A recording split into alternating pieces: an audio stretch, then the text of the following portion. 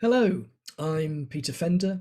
Welcome to 5 Minute Masterworks. This is about the Elgar Cello Concerto. During the First World War, Elgar wrote as follows to a friend: "I cannot do any real work with this awful shadow over us." He was living in a small cottage in Sussex, and on quiet nights he could hear the dull thud of artillery from across the channel. It affected him very deeply.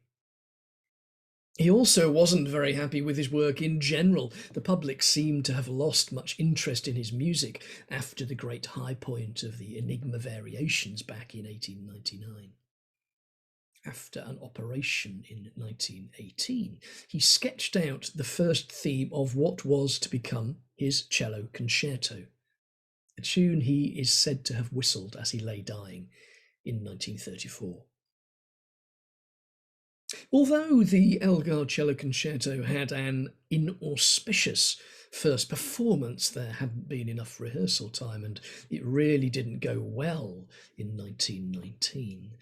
It is nowadays considered one of the finest pieces of British classical music of the 20th century, and indeed one of the great cello concertos of all time.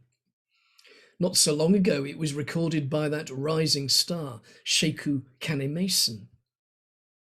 But it was not, however, always so well known.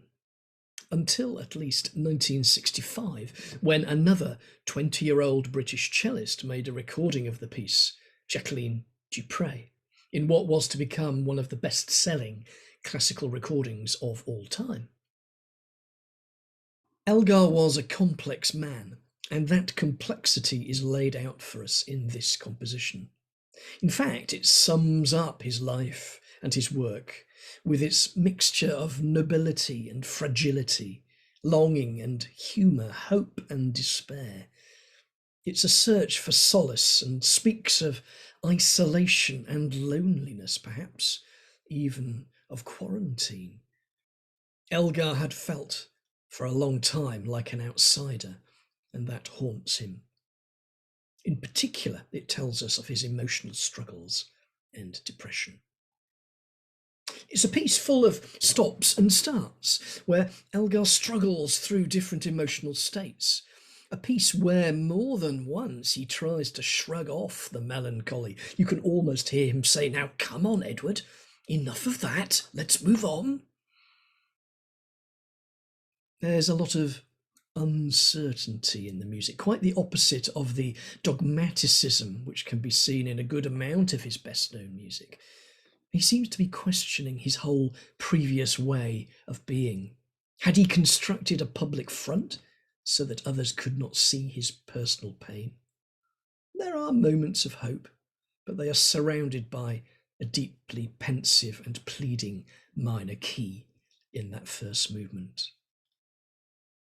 At one point later on, he attempts to avoid the pain with some scampering around, but that energy bubble bursts. The final movement contains the longest continuous sections in the whole piece without starts and stops, where it seems as if he's trying to get back to the old certainties from before the war, when his music was popular and the world seemed a safer place, but he can't hold it together. And the music breaks down, and the centrifugal pull of the key of E minor cannot be escaped. As if he feels forced into emotional honesty. He can't hide anymore. Not even the moments of humour can keep the doubts at bay. The man who was publicly lauded, receiving a knighthood in 1904, has a host of private troubles. He grapples long and hard, but his black dog of depression refuses to lie still. It's beautiful, but ultimately tragic.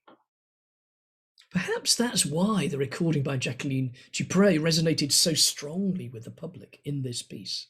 The supremely talented and highly charged cellist who just 5 or 6 years after the famous recording began to suffer problems associated with multiple sclerosis. Beautiful, but tragic.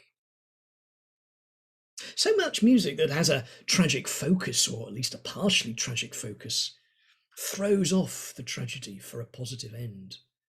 But Elgar can't bring himself to do this. Finally, we career to the end with another moment of the final movement's fast tune, but it's not to be a moment of triumph. The piece ends as it began in the minor. We've come full circle. What other concerto does this after Mozart? I think the message is powerfully clear. Edward Elgar has stared into the abyss and is incapable of escaping from what he sees there. For all of that, I believe it is a powerful, positive, and actually cleansing piece of music to experience, perhaps especially for any of us who suffer from a similar terrible black dog, in the sense that perhaps ultimately only a depressive can give hope to those who suffer in like manner.